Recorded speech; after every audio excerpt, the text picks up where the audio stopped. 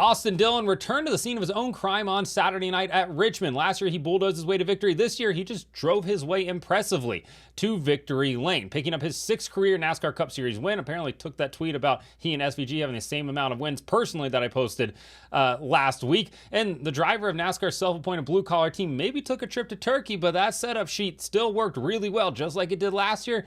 Turns out it still works really well this year. But from the start, was this a good race? I'm going to give this race an 88. This was a highly entertaining Gen 7 race on a short track. It had all the tire fall-off that we've been asking for. Multiple different tire strategies, passes for the lead. Great side-by-side battle between Austin Dillon and Ryan Blaney late in that race. That was so much fun to watch. Then you had 3-4-wide racing at times. You had tons of different tire strategies, which made this so much fun. I cannot stress that enough. In stage number 1, you had Tyler Reddick winning stage 1. In stage number 2, we had Daniel Suarez, who just ran into the back of Ty Gibbs, moved him up of the way, tagged Tyler Reddick, who I believe was running second at the time there. Reddick not happy about that. Did, show his displeasure to Daniel Suarez later in the race, kind of ran him off the racetrack, but was kind of nice about it.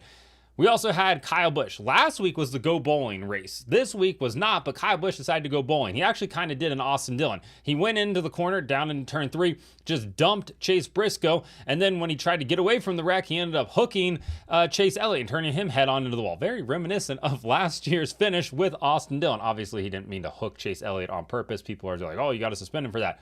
It wasn't on purpose. He was just trying to get away from the wreck. Didn't realize the 9 car was to the inside of him there. Bubba Wallace would win stage number 2. Bubba Wallace led a race high 123 laps on Sunday to Austin Dillon's 107 laps. But it was stage number 3 where we had various different tire strategies going, and the 3 and the 12 of Ryan Blaney were racing side by side. The 3 undercuts the 12, comes to pit road, I believe 2 laps before Ryan Blaney did, and that was the winning move of the race right there. Richard Boswell won last year with Chase Briscoe at the Southern 500 to lock themselves in the playoffs. He wins this year at Richmond to lock Austin Dillon, who is 28th in points, into the playoffs. I'm interested to see how people react to him being 28th and now can race for a title. Regardless, Austin Dillon wins the race. Maybe Richmond is just his track going forward.